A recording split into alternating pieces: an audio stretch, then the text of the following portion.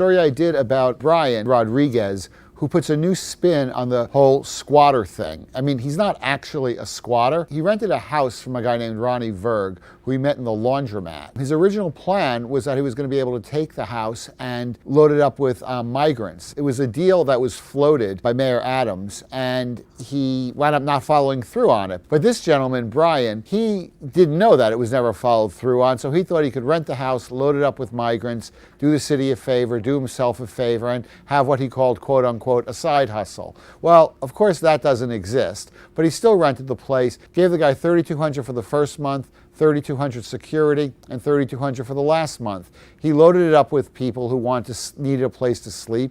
They paid him their money, and it all looked good.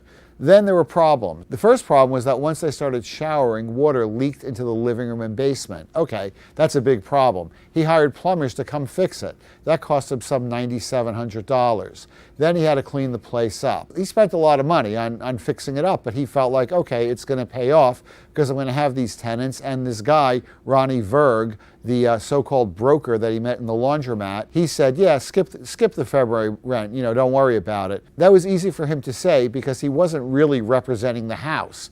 The house is actually owned by a lady who inherited it from her parents, and she came over there and then saw a bunch of people living in the house and flipped out, and now she wants her house back. This fellow, Brian Rodriguez, he's taken a lot of heat. He meant well. He thought he was going to have a side hustle for himself, but he wound up working with a broker who appears to be a rogue real estate broker who rented him a house that he really did not have access to. And now it's a big mess because the lady wants her house back. Brian says he'll give it back when he gets the guys out. It might take 1 or 2 months, and as he put it, he'll take the L on this one. If she gives him the money that he laid out, he said he could do it a lot quicker, get it back to her immediately. So right now things are at a stalemate. He's not paying rent, they're not paying rent, and everybody's still in there. But he says in the next month or two he will get them out, he will give the house back to her because it is the right thing to do.